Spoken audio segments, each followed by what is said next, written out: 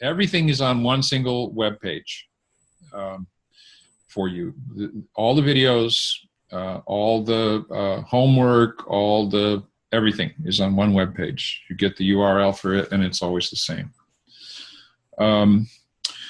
This is a practicum. You don't have to, and I'll say more about that in a second, but you are encouraged to do home altar, 1 or 2 home altar constellations, and you can share them with us or not. The thing about this work is there's no time pressure. There's no client pressure if you're doing one for yourself. There's no group management pressure. And you can document the stages of the constellation with smartphone pictures. Now, these are, to be able to do this, you know, a living constellation in a group workshop, it flies by, it moves, and yeah, people try to talk about them afterwards, but they can't go back and look. This is just a wonderful way to develop your skills here. So we'll be talking to you about, you know, creating your altar, about how to set up, how to visit. Here's some quick, I'm going to skim through this very quickly. Here's a quick look at some more little constellations and some of the things that you want to see about the right size, some seclusion, etc. The rule of thumb about this is your altar should be big enough that the object persons have space to move around. So this one here, it's getting a little crowded, but it's good. Setting up intuitive or random placement. If your mind knew the answer, you wouldn't do this. Random works. Somehow the deeper reality speaks when we get our mind out of the way. Here's how to do visitations and how often to do them. It's different for different people. This is an experimental process. I'm a solution-focused therapist, and so I will be talking to you about, I don't think constellations work that well if you don't focus them. So, and I think they work best if your quote issue or your theme, as some people say, is the change that you want to see, the thing that it's, you know, stated positively. So I don't kind of want to hear, I don't want to stuff myself in the evenings. What I want to hear is, well, what do you want to be like in the evenings instead of that? What are the feelings, and what feelings do you want to have? This is, I won't say anything about this here, but you can come back and look at it. This is one of the ways to start an altar.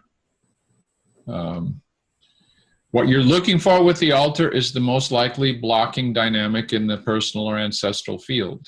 And once you've got that, you begin to look for ways to help that system evolve towards a better energy flow. We spend a lot of time on, and this is the other part of the how-to that I'll skim through. You will learn an awful lot about symbolism and unpacking symbols. You have a natural ability to work with symbols. You may not realize that, but everybody does, because our whole language is built on metaphors. And I am somebody who does not want to only intuit,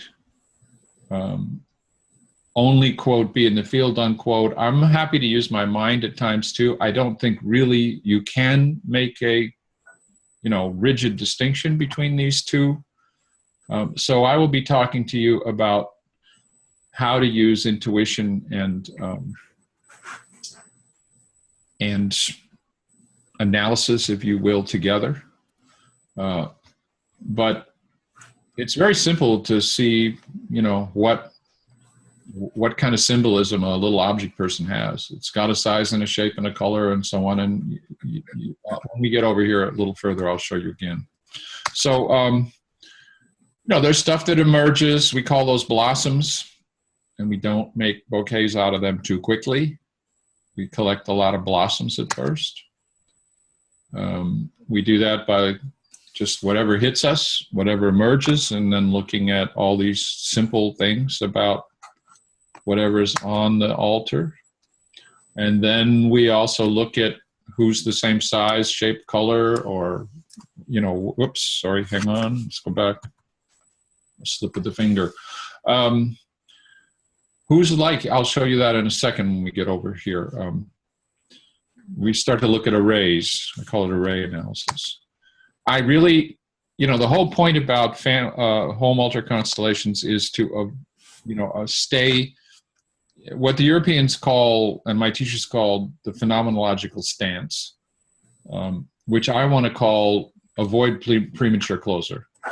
Avoid premature closure. Keep your mind open. Take the whole system in. Soft focus. So the simple metaphorical way that I describe this is the symbols that emerge and that you may pick up via analysis, they're just blossoms. You just fill your basket with blossoms, and you don't build bouquets too quickly. You wait to see which of those blossoms start to make patterns and which of them start to fall away. Here's a quick look at a constellation that we'll analyze in detail. This is the client here. This is her mother. This is a kind of stuckness that she has, and this is the anger that she feels. This is a beautiful constellation done actually in the home altar class. This lady was sophisticated enough with computers that she actually we did this as a group, and she took these pictures and sent them to us in real time. And the first thing, the first little blossom that popped out here was that this little thing here on mother's head, which she's carrying, kind of has the same shape as this. So, and of course, you know, the idea here is, well, is Anita carrying her mom's burden in some sense? And her stuckness looks like mom's burden. So first thing we did was see if, you know, put the stuckness there. In fact, it didn't stay there. It fell off. It stayed there for a second, but it fell off. And I'm not going to go further with that right now, but you can begin to see how we do this.